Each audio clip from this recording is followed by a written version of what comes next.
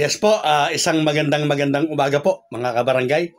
Alam po ba ninyo na kapag natuloy po ang halalan sa November 2, 2026 ay may mga kapalpakan na lilitaw o mangyayari? Siyempre po ang aking walang sawa at paulit-ulit po na paanyaya sa mga napadaan lamang po sa channel na ito. Kayo po ay aking inaanyayahan na mag-subscribe. Pakiclick po ang notification bell at all para palagi po kayong updated sa aking mga bagong videos. Kapag natuloy po ang halalan sa November 2, 2026, ang susunod po ay unang Lunes na naman ng Nobyembre 2030. Ang kasunod po, unang Lunes na naman po ng 2034. Ang halalan po para sa local at national election ay magaganap po sa 2028.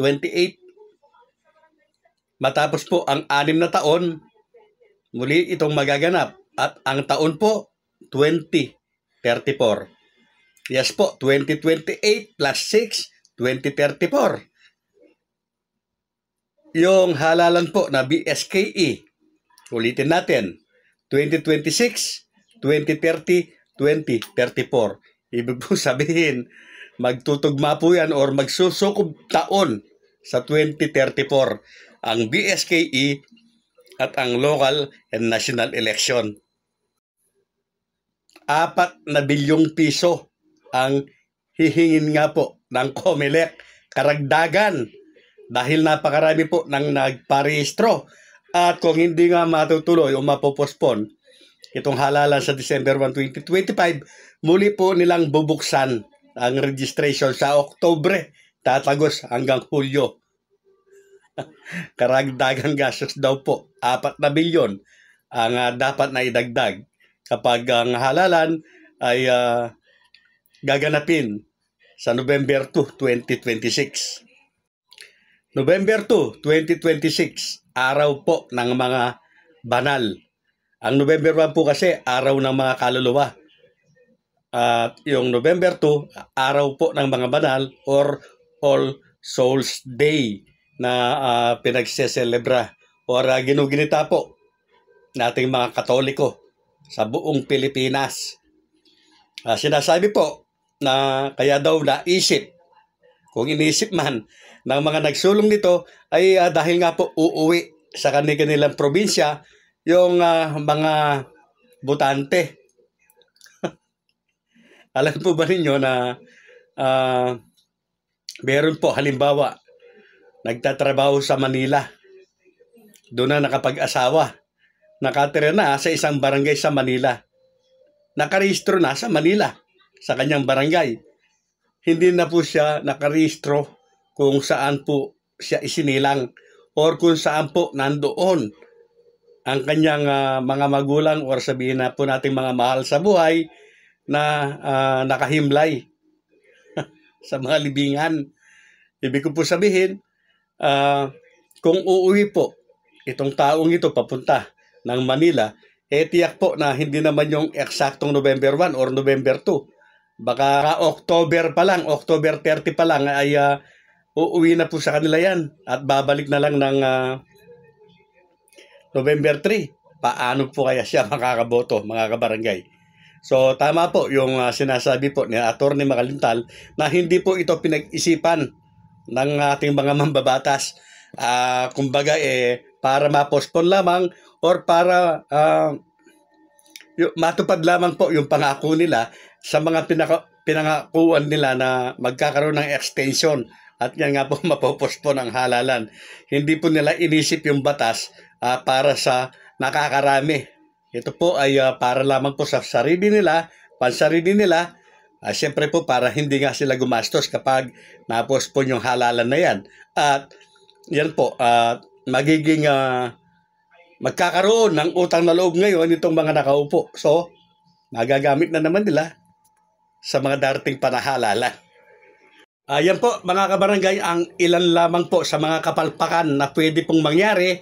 Ang halalan po ay natuloy sa November 2, 2026. Bagamat ang nangingibabaw po talaga ngayon sa kasalukuyan ay itong Republic Act 2232 na nagtatakda po ng halalan sa November 2026. At mabuti na lamang po at meron pong isang Attorney Makalintal at yung isang napakabatang guro po na nagpetisyon para hadlangan ang isang batas na ito na pansarili lamang po ang hangad at hindi po sa nakakarami. At dinadalagan din po natin na sana po ay maging mabilis po ang pag-aksyon dito po ng Korte Suprema. Mga kabarangay, meron po Supreme Court ruling at kumbaga po ay pangalawang beses na lamang po na mangyayari ito. Meron na pong jurisprudence. Bagamat sinasabi po ng ilan na mga abogado rin po at mga batigang election lawyer din na kung sakali daw po ay first time pa lamang na pag-postpone ito dahil yung mga nakaraan ay hindi kahawig or hindi kahanlin tulad po nito. At sinasabi po nila na walang nilabag na sa konstitusyon itong ngayon mga kabarangay. So Korte Suprema na lamang po ang magsasabi kung sino po yung nagsasabi ng totoo mga kabarangay. Kung sakasakali po ay titingnan natin kung pwede bang baliwalain yung batas po na ginawa ng Korte Suprema para maisaayos or para mapigilan na yung mga ganitong gawain, hakbangin, yung pagpopospon po ng halalan. Sila po ang nagtakda ng halalan sa December 1, 2025. So, tingnan po natin, mga kabarangay, kung ang Korte Suprema ba ay aayon muli doon po sa kanilang nauna ng desisyon sa kahalintulad po na kaso. So, yan po mga kabarangay, yung mga kapalpakan po na maaari pong mangyari kapag ang halalan po ay naganap sa November 2, 2026. Gagastos po tayo o magsasayang po ang gobyerno ng 4 na bilyon.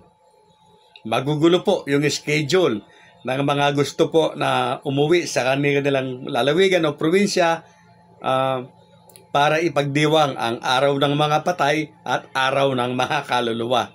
At ganoon din po sa darating po na 2034 ay susukob taon na naman po o magsusukob taon po itong BSKE at ang local and national election.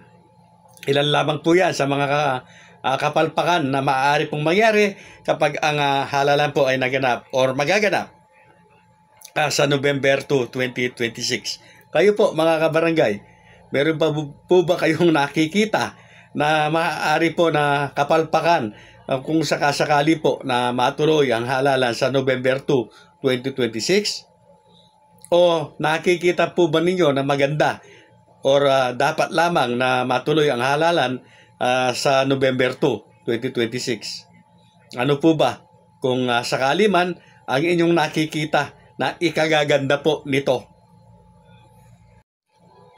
Yan nga po mga kabarangay ay pinagsusumitingin na nga po ng Korte Suprema ang ng sagot o komento ang COMELEC, ang Kongreso at Senado.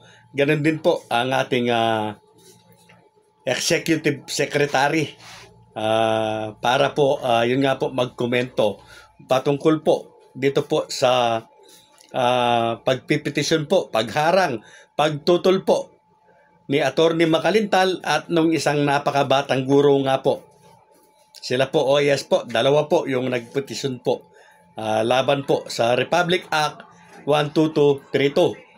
At may nababalitaan po tayo mula po sa isang kilala at napakasikat po na broadcaster at content creator na parang meron po isang individual na maaaring kumontra naman o i-contest naman ito pong mga nagpetisyon. Lalabas po nito na petisyon, kontra petisyon po kung meron man. Abangan din po natin yan mga kabarangay. Muli po, maraming salamat sa lahat po ng mga sumusuporta kay Kuya Nurse Ring, sa lahat po ng mga naniniwala. Maraming salamat po sa lahat po ng naaabot ng channel na ito. Asahan po ninyo na hindi po titigil si Coiner String habang may issue po na dapat pag-usapan, habang meron pong mga balita na dapat ipaabot sa lahat. Dahil si Coiner String po ay nagbibigay ng makatotohanan at tamang-tamang impormasyon lamang. Hindi po tayo nagmamayabang mga kabarangay. Kung meron man pong hindi natuloy, doon po sa ating mga haka-haka na sinasabi nila o hinuhula, pero mas marami po mga kabarangay yung nangyayari. At kung babalikan po ninyo yung aking mga content, mga kabarangay, makikita po ninyo na lahat po ng nangyayari ay napag-usapan na doon. Coiner String.